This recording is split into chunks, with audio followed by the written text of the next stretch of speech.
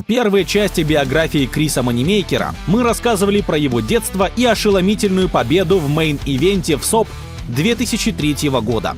Ту самую победу, которая запустила Монеймейкер-эффект, феномен, вдохновляющий миллионы обычных людей поверить, что они тоже способны достичь величия и славы в мире покера. Однако эта победа была лишь началом истории Криса. Во второй части биографии мы узнаем, как Крис справился с внезапной известностью, как он сумел превратить момент успеха в долгосрочную карьеру и что значит быть иконой целой эпохи. С вами Академия Покера. Подпишитесь на канал, чтобы первыми смотреть наши новые видео. Одержав вышеупомянутую победу, утром следующего понедельника наш герой был уже на работе в Нэшвилле. Однако надолго в офисе Монеймейкер не остался. Основатель Poker Stars Исай Шейнберг быстро осознал, что за бриллиант оказался в его руках. Ведь именно из его витрины Крис пробился на ВСОП. Он предложил чемпиону $5000 в месяц за партнерство. В то время бухгалтером тот получал всего 40 тысяч в год. Он уточнил: «Вы будете платить мне $60 тысяч в год за то, что я ничего не делаю? Поехали!» Кроме того, ему стали поступать предложения из самых разных сфер. Все хотели очутиться в компании чемпиона. За деньги он играл в гольф, посещал частные закрытые игры. Когда я пошел в казино Хорс-Шу, они не могли удержать людей. Вспоминал он. У одной дамы на рубашке было мое лицо. Я подошел к ней, и оно упало в обморок. Люди хотели получить мой автограф, и это взрывало мне мозг. В 2004 году желающих сыграть в главном событии мировой серии было больше, чем могло вместить казино Подкова. Из так называемого эффекта Монеймейкера все любители хотели повторить его успех. Сам Крис опоздал, и ему пришлось стартовать за столом на 11 человек. Добавим к этому факту его желание сыграть идеально под пристальным вниманием сотен глаз, камер и микрофонов, и получим готовый рецепт провала. Крис вылетел достаточно быстро, из-за чего чувствовал себя несчастным. Впрочем, прозорливый Шейнберг уже понимал, что происходит что-то эпохальное. Он разорвал 10-летний контракт с Монеймейкером, чтобы заключить новый, на условиях в 10 раз лучше, чем в начале. Следующие 7 лет Крис почти не запомнил. Он постоянно находился в центре внимания, окруженный журналистами и звездами из других сфер. В турнирах он выступал от имени Poker Stars. Но все это не делало его счастливым. Выход он находил в обильных возлияниях, в том числе при поощрении новых партнеров, баров и производителей виски. Ожидаемо такой режим вовсе не пошел на пользу Монеймейкеру как игроку. Пока остальные, воодушевленные его успехом, обучались и развивались, Крис только деградировал. Хотя профи признали, что у него определенно был талант. Реализовать его не получилось. «Я не изучал покер 5 лет. Я просто использовал свои природные способности, которые не работают, когда все остальные учатся». А тем временем индустрия разрывалась покерным бумом. Потоки новичков не переставали приносить в нее деньги. Именно в то время большинство современных хайроллеров быстро взлетели наверх, став новыми образцами для подражания. А затем была «Черная пятница», которая, казалось, может похоронить онлайн-покер. Но нет, он лишь адаптировался к новым реалиям, за исключением скандальных проектов вроде Full Tilt. После смены руководства Poker Stars новые владельцы не горели желанием переподписывать контракт Монеймейкера, поставив того в сложную ситуацию. Он же не хотел играть на свои деньги, так как понимал, что его уровень не позволит конкурировать с новым поколением. Возвращаться в бухгалтеры также не хотелось, да и навыки в этой сфере были растеряны. Крис попросил отправить его в недорогие турниры, которые гриндил с банкроллом от Старзов. К чести Криса, он взял себя в руки и принялся учиться. Монеймейкер никогда не входил и уже, видимо, не войдет в число лучших покеристов в истории. Но свою репутацию после 10-летнего простоя в статусе рок-звезды он исправил. Он начал стабильно выигрывать, показывая неплохой уровень, а с августа 2020 года стал амбассадором America's Card Room. Да, новые партнеры также эксплуатируют образ человека, запустившего покерный бум. Но сам Монеймейкер прилагает немало усилий, чтобы его воспринимали именно как профессионала. Среди его самых значимых достижений в карьере – 5-е место на Тритоне в 2023 году, $2 030 000 призовых. Победа в Тритоне 2024 года, 903 000 призовых. 10-е место в прошлогоднем ВСОП Paradise, 500 000. Как видно, топовые результаты достигнуты в последние годы. И это говорит о том, что Крис справился. Он вырвался из образа удачливого любителя и превратился в достойного соперника даже для нового поколения игроков. При этом он не потерял свою скромность и умеренное эго. Его легко можно встретить в самых дешевых турнирах мировой серии, на которые другие хай-роллеры даже не смотрят. Но бывшему бухгалтеру нравится в таких полях. Проверь свой уровень игры в покер. Получай новый контент раньше всех. Уникальные бонусы для покеристов. Все это в нашем телеграм-боте. Также ты сможешь записаться на пробное занятие в Академию покера и достичь результатов, как наши ученики. Ссылка на бота уже в комментариях под видео. И все же приписывать взрыв интереса к покеру только победе Криса в главном событии мировой серии не следует. Да он и сам не считает себя единоличным автором революции в индустрии. Чтобы понять, почему чемпионство манимейкера принесло такой эффект, стоит присмотреться к истории серии. До 70-х годов прошлого века покер считался маргинальной игрой, достаточно популярной, чтобы собирать за столами людей из разных слоев общества. Только вот воспринималась она исключительно как испытание удачи. Ни о каком мастерстве речи не шло. А если и обнаруживалось, игрока могли обвинить в шулерстве. Таков был статус профессионалов того времени. Дойл Брансон и другие профи колесили по штатам, постоянно меняя локации. Как только в каком-то городке узнавали, что имеют дело с профессионалом, его в лучшем случае начинали избегать, приходилось снова переезжать, чтобы опять притворяться дилетантом на новом месте. В 1970 году легендарный Бенни Бинион собрал 7 топовых игроков своего времени. 3 дня подряд они играли в кэш, а по итогам провели голосование за звание лучшего. Мероприятие, идея которого была, кстати, позаимствована у Тома Мура, было названо мировой серией покера. Именно главное событие этой серии на протяжении всей истории станет лакмусовой бумажкой для оценки состояния покерной индустрии. Однако первые годы в СОП не принесли фестивалю широкую известность. Ситуация чуть изменилась, когда вместо кэша Бинион стал проводить турниры. Однако призы по-прежнему доставались профессионалам, в числе которых был Джон Мосс, ставший лучшим в первые 2 года. Новички просто не рисковали присоединяться к таким составам.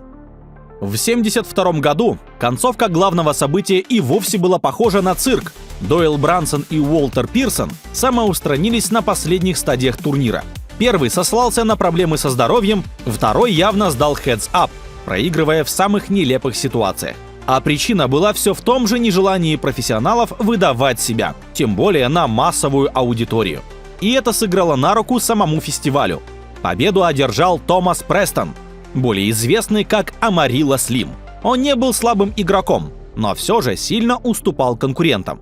Неизвестно, на каких условиях он одержал ту самую победу, но чемпионством он воспользовался по полной. Интервью в газетах и на телевидении, выпуск книг об истории победы. И через пару лет оказывается, что отношение к покеру начинает меняться. Отличный мастер слова. Престон объяснил обывателю, что карточные игры — это соревнование мастерства, а не удача, или тем более не шулерство. Начинается первый покерный бум, но связан он в первую очередь с ростом популярности покера в других казино Вегаса. Ввязываться в не самые дешевые соревнования с профессионалами мало кто решается. Но в 1979-м некий Хэл Фаулер не просто прорывается в heads-up, но побеждает в нем профессионала Бобби Хоффа. И это производит эффект. Оказывается, обычный любитель может выиграть турнир, опередив по пути серьезных профи. Если до этого прирост участников главного события составлял до 10 человек в год и не превышал отметки 50, то в течение следующего десятилетия число покеристов в главном событии достигло 194. Это произошло в 1990 году. К этому времени сообщество разрослось, и образ покера как развлечение для маргиналов остался далеко в прошлом. Однако популяризация игры не приводила к резкому взрыву интереса к ней у обычных людей. Многие восхищались уровнем Стю Ангера, Джонни Чена, Фила Хельмута и других звезд. Но сражаться с ними предоставляли другим профессионалам. К 2000-м количество участников мейна достигло 500, а к 2003-му — 839 человек. Именно такое поле преодолел манимейкер на пути к браслету. Только вот Крис уже не был первым любителем, который неожиданно стал чемпионом. Даже годом ранее именно любитель Роберт Васконни стал первым в Мэйне. Но не его ассоциируют с явлением, названным покерным бумом. Итак, причина первая – онлайн-покер. На самом деле стоило начать список с выхода в 1998 году культовых шулеров, но их мы уже упоминали. Если ранее для того, чтобы сыграть в турнире или провести время в кэше, нужно было идти или ехать в казино, новоявленные онлайн-румы давали возможность сделать это прямо из дома. И хотя первые витрины были запущены еще в конце 90-х, взрыв индустрии пришелся как раз на 2001 и 2002 годы, когда были запущены три гиганта – Party Poker, Poker Stars и Ultimate Bet. Они взорвали онлайн-покер, в том числе благодаря введению Исайем Шейнбергом турниров. Собственно, через один из них Moneymaker пробрался в главное событие, сэкономив почти $10 тысяч на вход.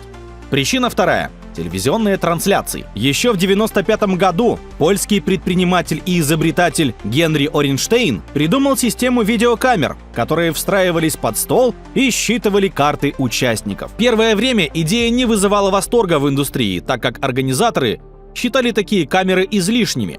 Однако именно в 2002 году ей дали шанс не где-нибудь, а на мировой серии. И именно во втором, а не в третьем году, как принято считать, запустился маховик покерного бума, который было уже не остановить. Новый формат трансляции вызвал настоящий восторг, ведь зрители могли наблюдать за картами участников и сами анализировать их действия. Подобная зрелищность значила для индустрии не меньше, а возможно и куда больше, чем победа бухгалтера. Однако Крис попал в идеальный момент времени. Человек с идеальной фамилией идеально прошел отбор через дешевый сателлит, а затем идеально воспользовался идеальным раном за столами Мэйна.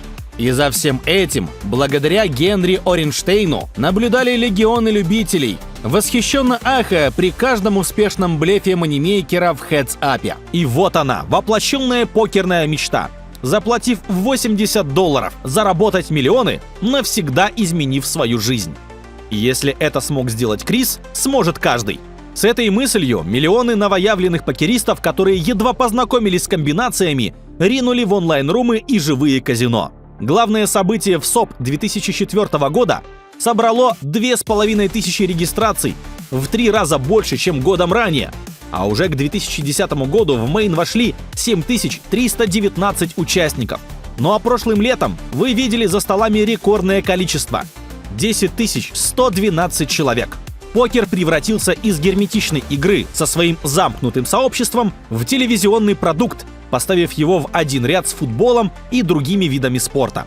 Стали выходить покерные телешоу, в которых звездные профи сражались с любителями. Пробил звездный час главного популяризатора покера Даниэля Негриано, который до сих пор отвечает за привлечение в индустрии новых поколений игроков. Многие задаются вопросом, возможен ли новый покерный бум.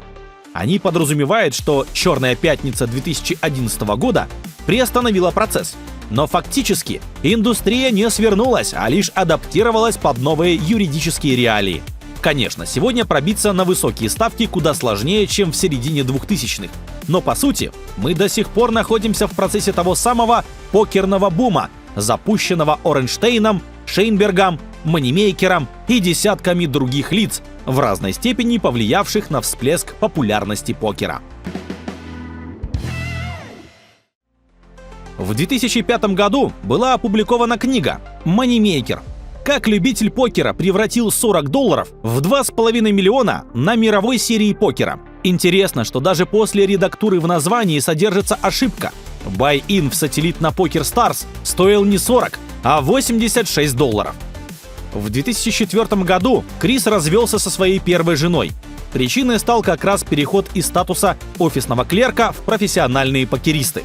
Он сам говорит: «Главной причиной было то, что я хотел быть путешествующим профессиональным игроком в покер. Она не подписывалась на такую жизнь. Она выходила замуж за бухгалтера-домоседа, который не странствовал по миру, не отсутствовал дома и не играл в азартные игры на большие деньги. Я старался быть хорошим, оставаться на своей работе и быть тем самым бухгалтером, но, честно говоря, я этого совсем не хотел». Вторая жена Moneymaker'а намного лояльнее отнеслась к покеру, однако Крису все еще тяжело давались признания в проигрышах.